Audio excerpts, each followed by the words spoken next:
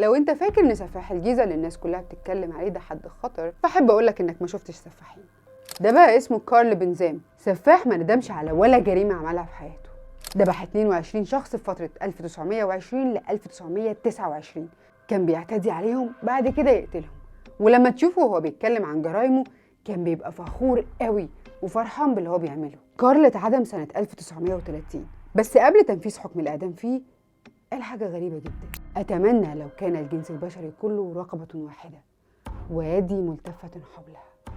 ليه ممكن بني آدم يبقى جواه كمية الغل والحقد والكراهية والغضب؟ طبقا لموقع FBI بيقولوا إن في دوافع كتير بتزقك لارتكاب الجريمة، زي الغضب. الغضب ممكن يخليك تقتل 1 2 3 وبالتالي تتحول لقاتل متسلسل. أحيانا كمان بيكون القتل بدافع تعزيز فكر معين لجماعة معينة، او العنصريه، انت بتعنصر على مجموعه من الناس عشان لونهم، عشان ديانتهم، او عشان نوعهم.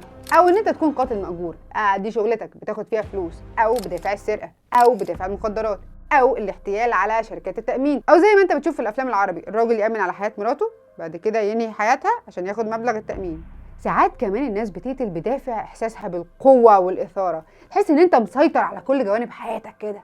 زي ما انت شفت حلقه السفاح اللي فاتت، ان هو من صغره حصل قدامه حاجه من رول موديل، فهو شايف ان ده العادي، مش حاسس بالذنب، ضميره ما بيأنبهوش. ليه؟ ما حصل قبل كده، انا متربي على ده. وده بيبقى ناتج من البني ادم غير سوي، او عنده امراض عقليه، عنده هلاوس بصريه، هلاوس سمعيه، او عنده بارانويا، جنون عظمه. تعالى بقى اكلمك على اندري تشيكاتيلو، اشهر ارعب سفاح واكل لحوم البشر في الاتحاد السوفيتي كله. الراجل ده راح ضحاياه 56 ضحيه، كان بيعتدي عليهم، بعد كده يشوههم، بعد كده يخلص عليهم. اتقبض عليه بعد مطاردات كتير جدا سنة 1994، واتعمل عنه فيلم اسمه سيتيزن اكس. في القرن ال19 بسبب انتشار السفاحين في اوروبا، ابتدت الشرطة انها تطور من نفسها وتطور من الطب الشرعي. ابتدوا ان هم ما يحركوش اي حاجة من مسرح الجريمة، وان هم يصوروه، وكمان يعملوا اعادة تمثيل مرة اخرى للحادثة. يانج شينهاي، واحد من أسوأ القتلة المتسلسلين في تاريخ الصين. الراجل ده ارتكب 67 جريمة واتعدم سنة 2004. يانج بيفكرني بالراجل الكبارة الجميل اللي كان راعبنا كلنا واحنا عيال صغيرة.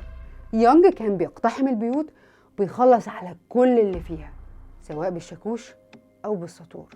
وقبل ما يتنفذ فيه حكم الإعدام قال جملته: ليس لدي أي رغبة في أن أكون جزءا من المجتمع. المجتمع ليس همي. تحس إن هو سفاح مستبع. شوف أنت لما جينا طلع عندنا سفاح سميناه إيه؟ سفاح الجيزة، بس حاجة كده. بيدرو لوبيس بقى اتلقب بوحش جبال الانديز، مسؤول عن اكتر من 300 جريمة قتل في بيرو. البوليس لما قبض عليه اكتشف مقبرة جماعية فيها 53 طفلة. لوبيس ما كانش بيقتل مجرد القتل، لا ده هو كان بيستلذ باللي هو بيعمله. بيقول لك ان انا كنت ببقى مبسوط قوي وحاسس بالقوة وانا بخنق البنات وباصص في عينيهم. انا عايزه اقول لك ان كل السفاحين اللي فاتوا دول يعتبروا فرافير بالنسبة لجيفري ديمر. الراجل ده من كتر ما هو بشع وارتكب افعال شنيعه، انا ما قدرتش ان انا اتكلم واقول لك هو عمل ايه ولا حياته كانت عامله ازاي. فلو عايز تتفرج عليه، نتفليكس عامله له مسلسل وثائقي عباره عن 3 حلقات، كل حلقه ساعه تقريبا، فيها قصه حياته وتشوف الراجل ذات نفسه والكلام ده كله. بس انا مش قادره احكي عن ده من كتر ما هو ما ينفعش يتقال عليه سفاح. في ابجريد للكلمه دي، فهو هيبقى الراجل ده. معلش يعني بص معايا بالنظره العميقه. تعالى نبدا بسفاح الجيزه. المبرر الدرامي اللي خلاه بالمنظر ده لما كبر انه شاف امه بتعمل كده وهو صغير.